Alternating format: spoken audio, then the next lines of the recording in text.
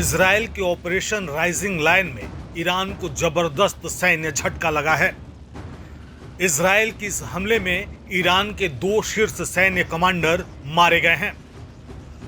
जी हां, ईरान और इजराइल के बीच बढ़ते तनाव ने शुक्रवार को एक भयावह मोड़ ले लिया, जब इजरायली वायुसेना ने ऑपरेशन राइजिंग लायन के तहत ईरान पर बड़ा हवाई हमला किया।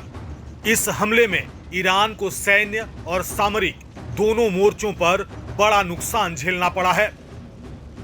इजरायली रक्षा बलों के अनुसार इस ऑपरेशन में ईरान के chief of army staff major general Mohammad Hossein Bagheri और IRGC के चीफ कमांडर हुसैन सलामी मारे गए हैं। इन दोनों का मारा जाना ईरान की सेना के लिए एक ऐतिहासिक झटका माना जा रहा है। इजरायली सेना ने अपने आधिकारिक बयान में कहा है कि ऑपरेशन राइजिंग लायन का उद्देश्य इन व्यक्तियों और ठिकानों को निशाना बनाना था जो वर्षों से इजराइल के खिलाफ आतंकवाद को बढ़ावा दे रहे थे। IDF की ओर से कहा गया कि हम इस बात की पुष्टि करते हैं कि ईरानी सशस्त्र बलों के चीफ ऑफ स्टाफ, IRGC के कमांडर और आपातकालीन कमांड के प्रमुख सहित कई वरिष्ठ अधिकारी हमारे एक संयुक्त और सटीक हवाई हमले में मारे गए हैं। ये वो लोग थे जिनके हाथ अंतर्राष्ट्रीय खून से रंगे थे।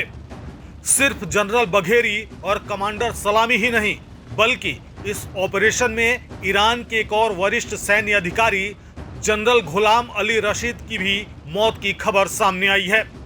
जनरल रशीद ईरान की सेना के रणनीतिक कमांड की भूमिका में थे और युद्ध नीति निर्धारण में उनका अहम योगदान माना जाता था। इसके अलावा इजरायली हमले में ईरान के 3 शीर्ष परमाणु वैज्ञानिकों के मारे जाने की भी पुष्टि की गई है।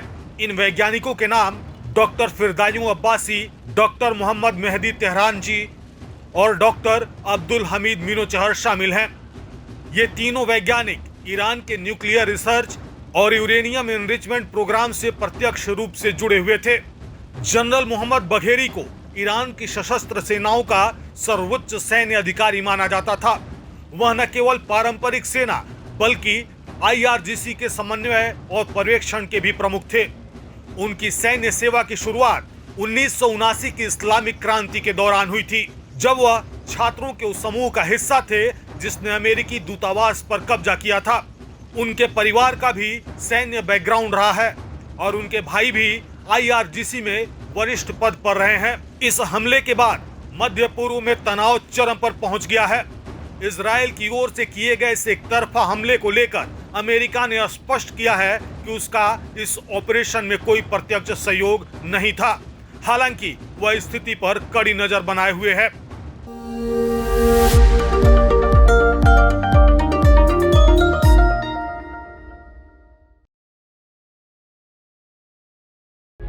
प्रभातखबर.com, विश्वास वही, रफ्तार नहीं।